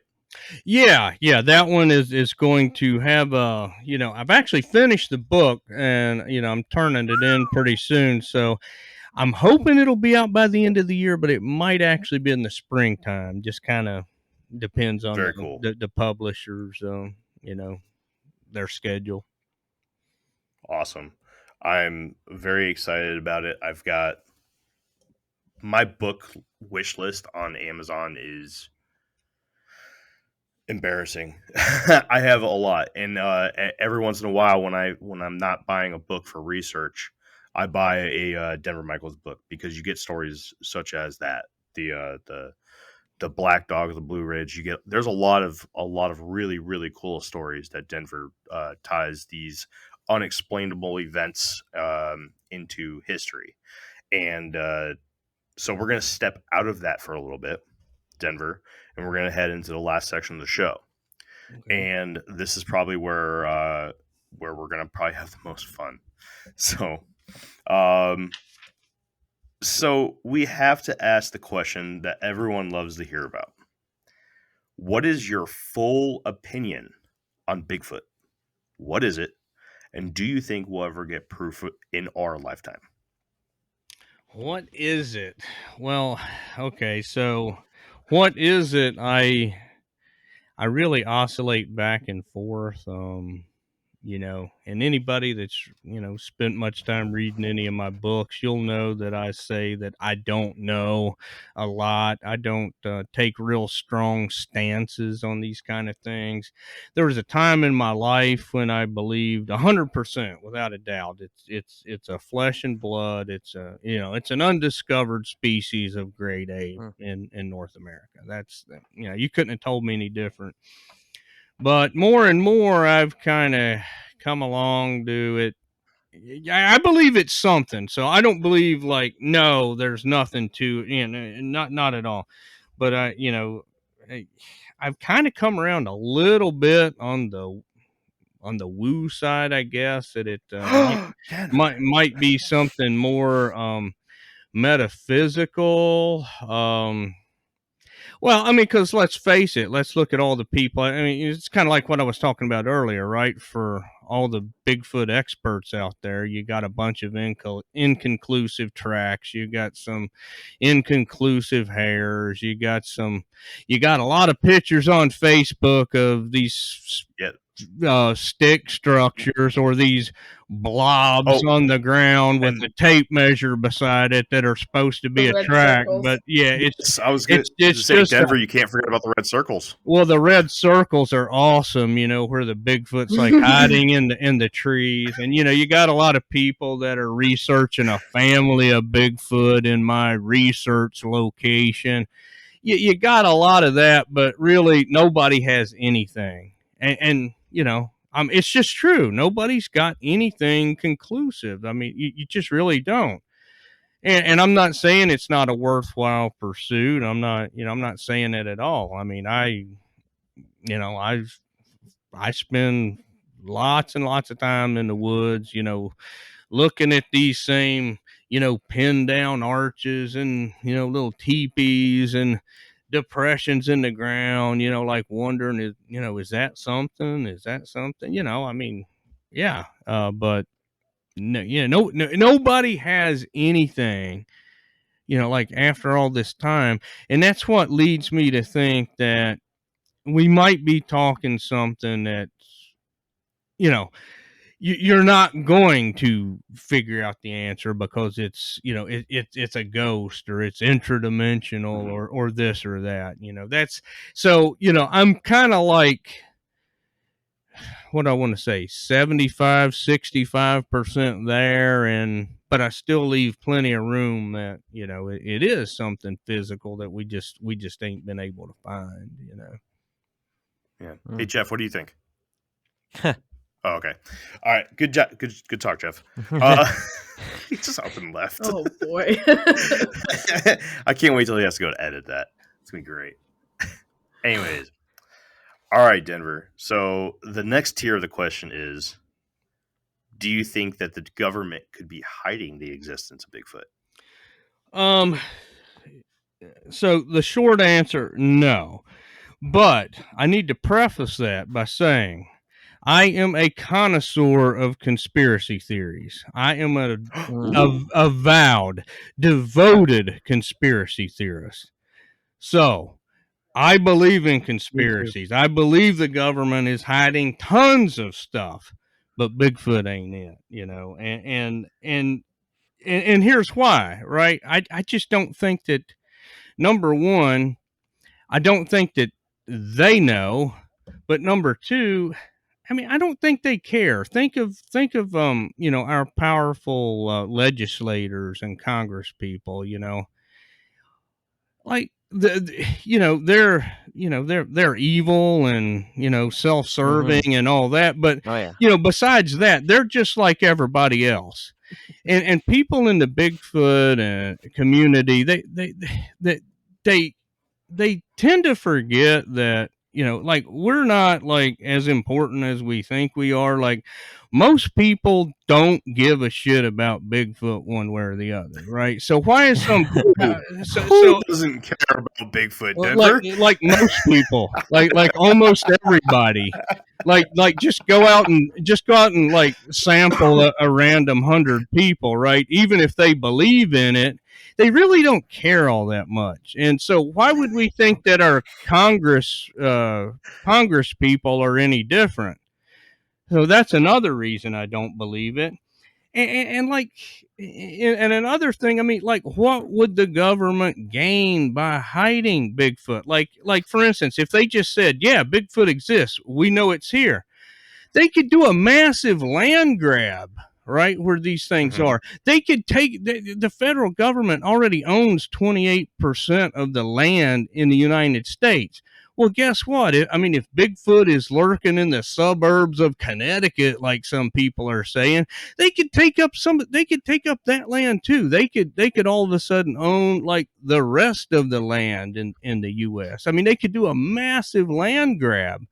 So, they could do that. There's just, I just don't, to me, like, the government's hiding Bigfoot from us is really, it's really just a cop out that the Bigfoot community uses because they've just not been able to prove anything. I mean, that's sort of my take. And I believe in conspiracies. Do not get me wrong. I mean, I can talk off record all day long about some stuff that I wouldn't say publicly. But Well, oh, Jake has something to say. And I raised my hand. I think that the Forestry Service is covering up for Bigfoot because Why? of I think that I don't have the numbers in front of me, but I have to think it's in the tons, right? How much trash is pulled out of trash, like litter and crap that's pulled out of national parks every single year? It's got to be in the tons or thousands of tons of people just littering, messing with stuff, destroying like the foliage and the trees and all that stuff. They're like, oh, finish my water bottle and throw it amongst these rocks and stuff.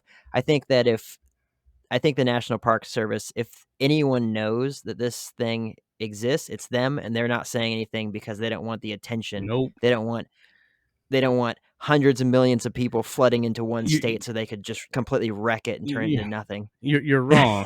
You're And wrong. eat them. You're And they're wrong. gonna hunt the Bigfoot and eat them. No. No. Number one. And this is Well, let me this just. is exactly what it's meant to do, Denver. Get mad. Tell them. Yeah, totally. I mean, Totally it's just Denver. like, and where you're wrong here. There's a couple reasons you're wrong. They're pulling out all this trash and everything because it's increased because after the COVID lockdowns, everybody figured, oh, I can just go to all the national parks and and be safe, and so you just had a flood of people into all the national parks. I've seen this with RVing. They've started they're starting to shut down, and you have to like make reservations now. Like Yeah. when we went to Glacier, they had to they had started on a reservation system. So I mean, this is going on anyway, and like where you're wrong about this, like nobody's gonna. Again, people in the Bigfoot community think, oh, if they admit that Bigfoot's here, like everybody that cares about Bigfoot is already out there looking for him anyway. Like somebody that don't care one way or the other isn't going to go, and people that would be like, oh, the Park Service admitted there's Bigfoot, they're not going to go because they're going to be scared. So I mean, I think that that's all a wash, that you're going to have all these people. But if they did acknowledge that there was Bigfoot, right, it's an endangered species now. So they can just shut off access to all that land. And like I travel like all the time to all this federal land, and there's a lot of it where you just can't even access it anyway. They block the gates. They can shut off any portion of land anytime they want. You go to any national park, like you're not allowed to step off of certain trails because you'll damage the soil or just something. So no, you're not even allowed to really do that much in national parks anyway, except for stay on the trails. Now national forest, BLM land, you got a lot more freedom, but and again, like and here's another reason I don't believe in it. Like I was a contractor, for one of our 3-letter agencies for like 10 years, and so you're part of the problem. Yeah, I'm part of the problem. but so like, do you know how hard it is for the government to find just a qualified electrician or machinist that can do a job and pass and pass the the background checks and all that? So where are they finding these guys that can find Bigfoot right when nobody else can? Oh, That's no, I don't mean the like job of the it's Men a in Black. specialist. I'm just saying it's the people that take care of like the forestry and but stuff like that. but like the probably seeing 'em. people that take care of forestry knows that Bigfoot exists, but nobody else has been able to conclusively figure that out. That's all I'm saying. I just don't think the government knows anything. I'm going to step in here and we'll replace some hypothetical devil's advocate here, Denver, because I heard a wild theory a while back, and I just want to throw it out there. So let's say that the existence of Bigfoot is proven. Okay, hypothetically. Okay. Now, people, right? We got every flavor of person, every belief system that you could possibly think of. And you get some people, hit my mic, sorry about that, who think that Bigfoot because of how closely it looks and reminds them of a human being, deserve rights, right? And some people, some Bigfoot researchers do believe that, right?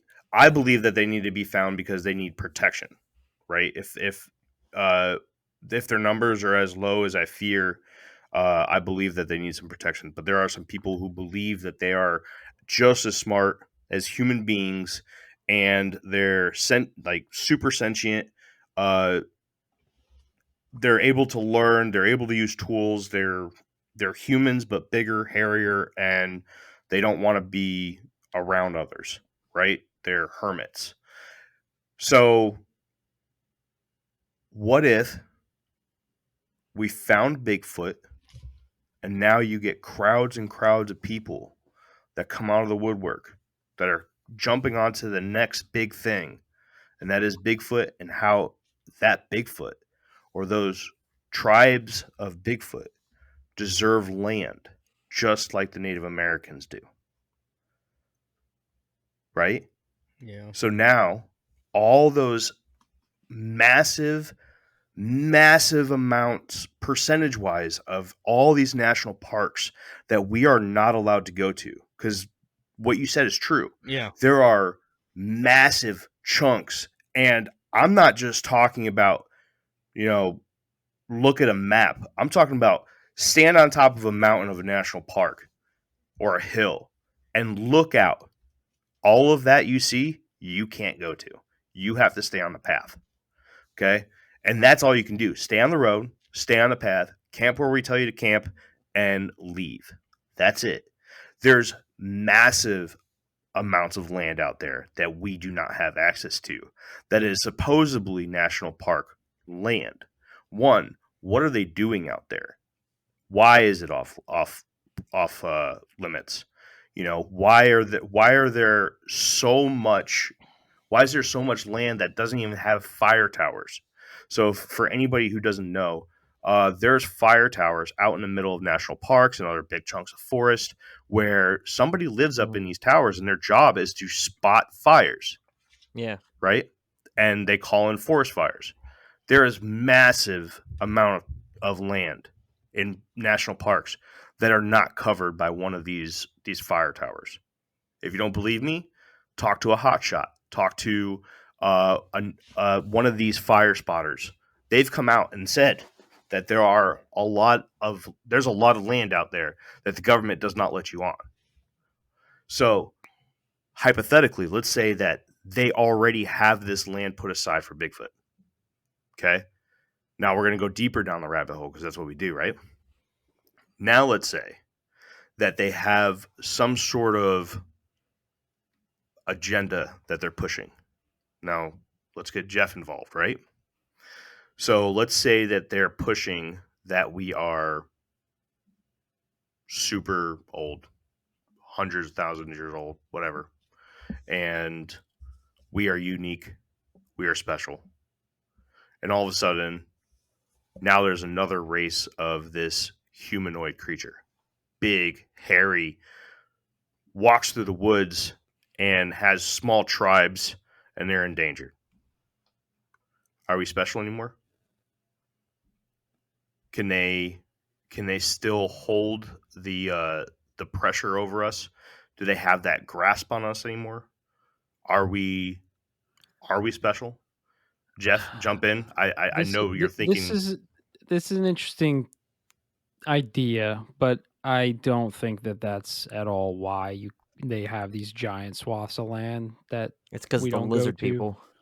I was Crab gonna people. say probably just because they have secret deep underground military bases in a lot of those areas, and that's probably where they allow their high-tech TR-3Bs and other technology to fly in and out, and they don't want anybody to see that. So that's my opinion on that. But your ideas, I mean, well, no, it's not my idea. I'm not going to take credit for this, but this is something that got my mind jogging a little bit. And maybe I went a little bit too far with the whole "are we special" thing, but the reality of it is that there would be people that are protesting that these animals or these creatures, these big feet, these Bigfoot Sasquatches, these hairy humanoids, whatever you want to call them, whatever camp you're going to put them into, deserve a chunk of the United States property. Well, I mean, since when does the government care about people protesting, right? And Yeah. and in They want it. in today's climate, it would just become a fake left or right issue. The government wants. That's government true. And that's wants exactly what I'm protests. saying. But Yeah. I mean, you're on to something about the land. I just I don't know, man. It's I've always thought that the government has all this land because because of the the minerals and the oil and gas and all of that, and I've always thought that that's what they use as collateral for their debts with the central bankers. I mean, with why do they keep printing money and printing money and printing money and printing money? Because I mean we've got some collateral there with all that land and what's underneath it. It's, what I've always believed. Yeah, that's actually a fact, Denver. And I don't want to get into a whole bunch of politics and stuff, but that is a fact because they're actually giving a lot of that land to places like the PRC, right? The People's Republic of China. So, I mean, that's definitely a thing. But yeah, I think they close off big swaths of land. Personally, I just think it's because they're hiding other things, right? They got technologies and bases that you can't go. They can't even risk you seeing it. So they got 5,000 square miles blocked off with no fire towers, so nobody can see the technology coming in and out. That's kind of what I think about it. But I just want to propose the one quick idea that maybe, just maybe, and this is woo, but maybe the government does know about Bigfoot, but maybe they know that they're inner Earth beings, so they cannot tell us because these beings aren't necessarily surface dwellers. They come up, but maybe they're not from up. Maybe they're from down within, and they got to keep that hush hush. That's another big theory about that, the vastness of space that's out there in these national parks, is that there could be portals, whether it be to different dimensions or pathways to inner Earth. I mean, that's a whole nother episode that we can get into, and I'd love to do it. But just to kind of give you a little bit of background behind this question there, Denver. So since starting this podcast, I've noticed a few things, especially when it comes to Bigfoot and pictures, right? So one is that every 3 to 9 months, it's like clockwork, right?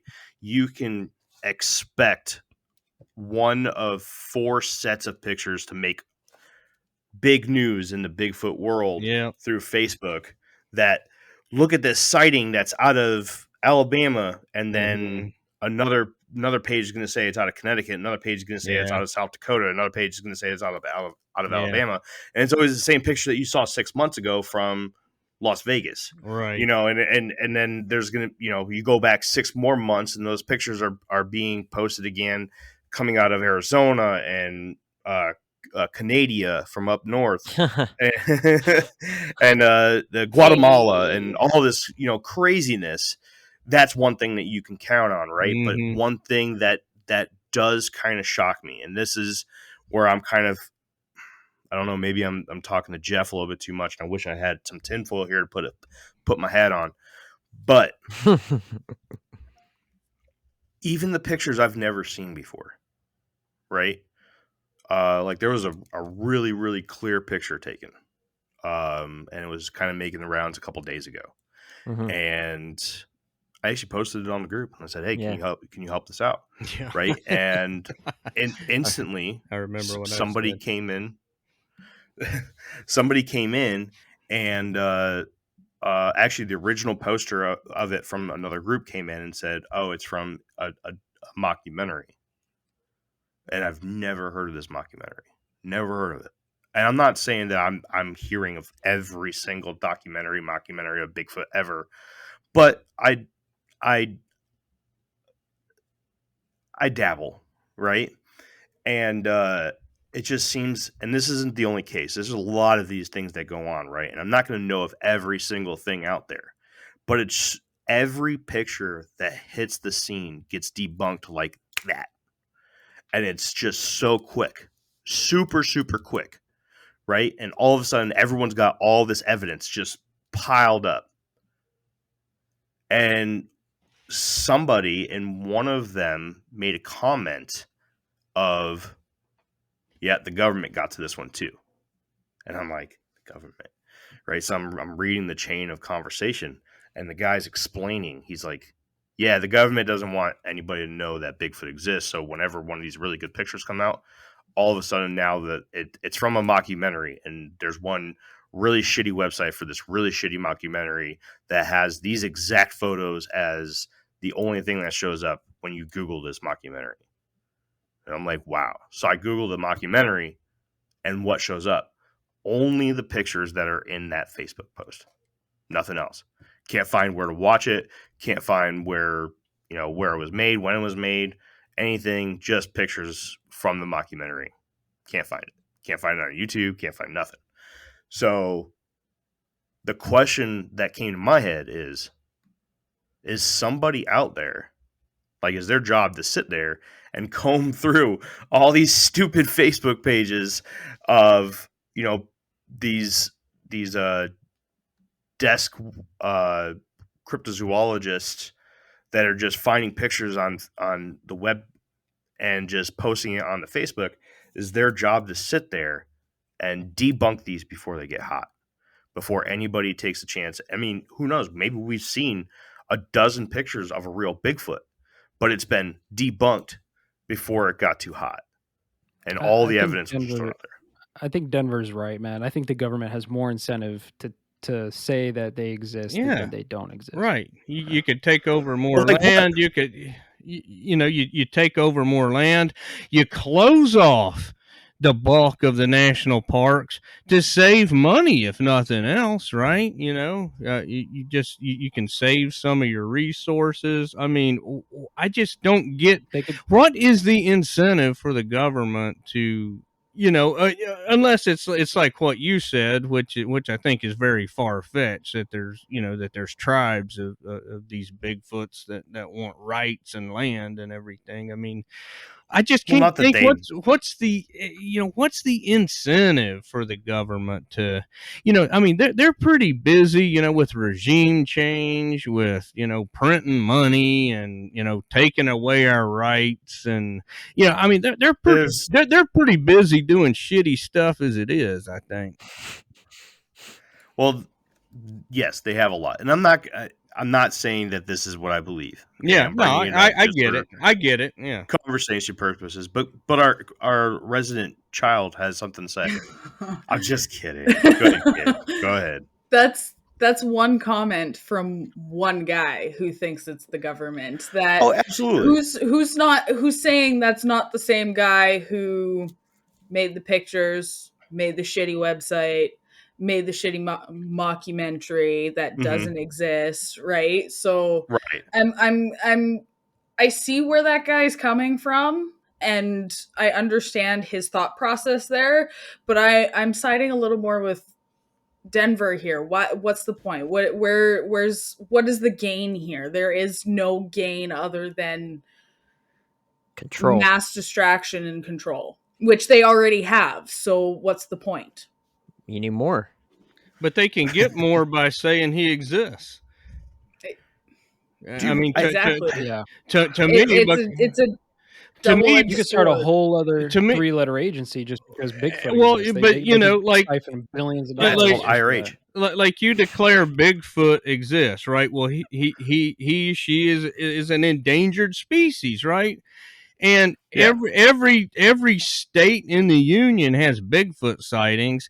So essentially now the government can tell you can't do anything with your land. I mean, you gain way more power by declaring Bigfoot an endangered species than you do by denying it. I mean, just think of all the bullshit you got to do to build a deck. I mean, now imagine it. now imagine if the government said, well, you potentially might have a Bigfoot in your backyard, so we got to do an environmental impact study. I mean, they gain way more power by admitting Bigfoot exists. I don't I don't disagree with you. Now, the only part of this that I do sort of believe in, I'm not going to even say sort of, there's got to be some reason why the topic's not taken seriously. And I'm only saying this from the point of view of somebody who truly does believe that when they were 9 years old, they saw a Bigfoot. Like I've said plenty of times on the show, it's not a mystery to me. I know they're out there. They're there. You know, and it's not necessarily my job to convince others that it is there. But I do love to dive into the theories and everything. I don't think that the government is blocking off massive chunks of the national parks for things such as like portals to the underworld and stuff like that. I believe that Theodore Roosevelt, when he built or came up with the idea of the national park system, did have in mind some mythological creatures, and I think that Bigfoot may have been one of those, because in his book, The Wilderness Hunter, he tells a story of I'm not going to butcher the names right now, but somebody else's story involving a Bigfoot. Yeah. And Theodore Roosevelt has been tied to many other cryptids, such as the snallygaster, wanting to actually go and hunt the thing, and Bigfoot itself. And I think that the whole national park system is tied into Bigfoot.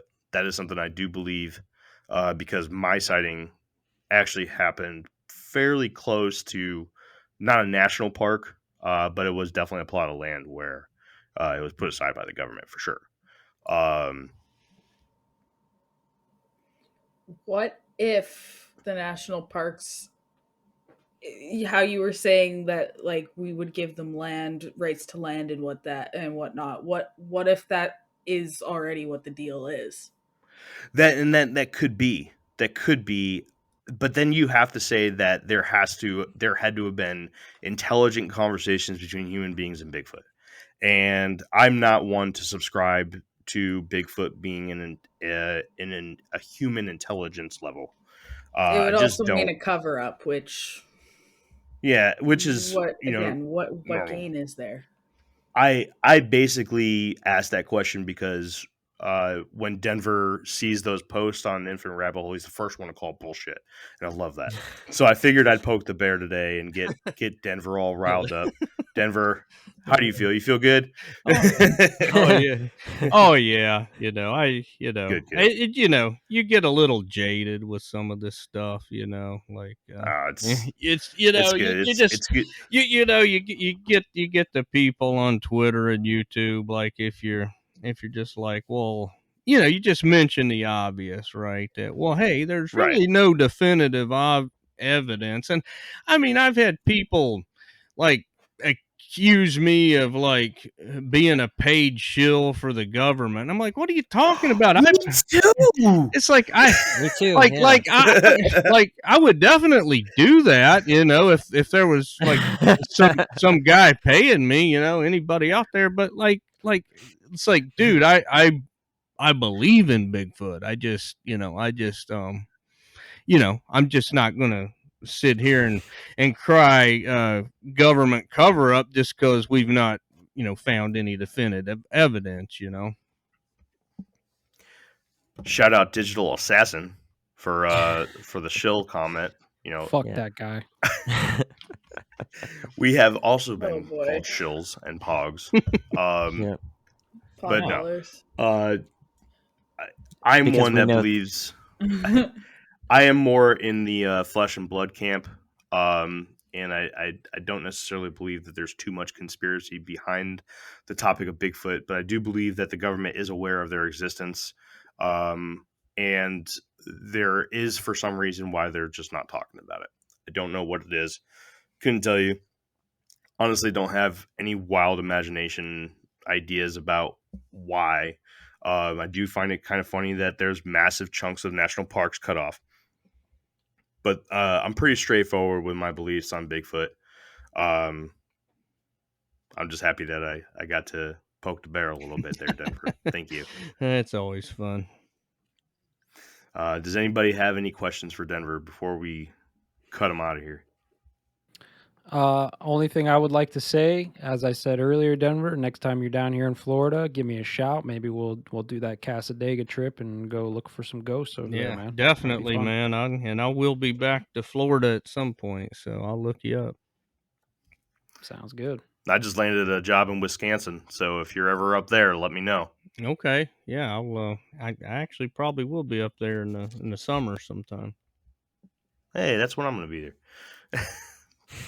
All right, cool.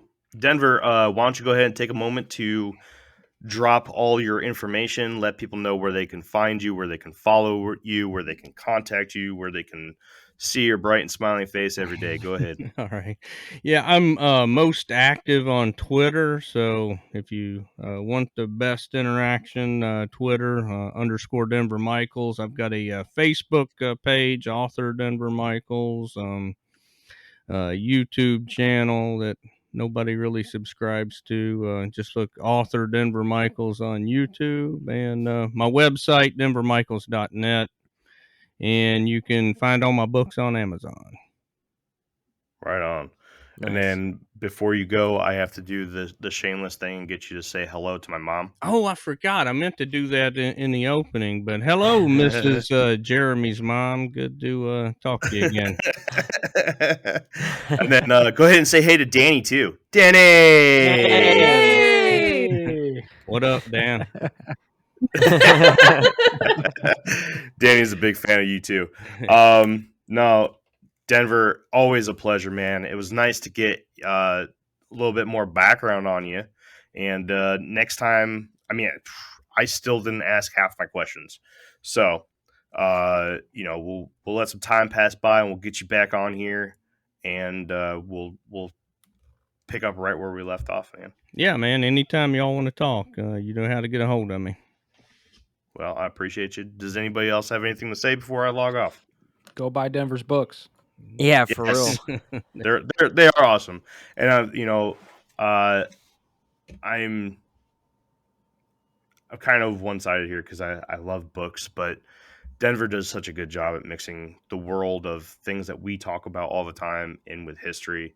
And if you have any interest in history, and obviously if you're listening to this show, you have an interest in the paranormal and supernatural,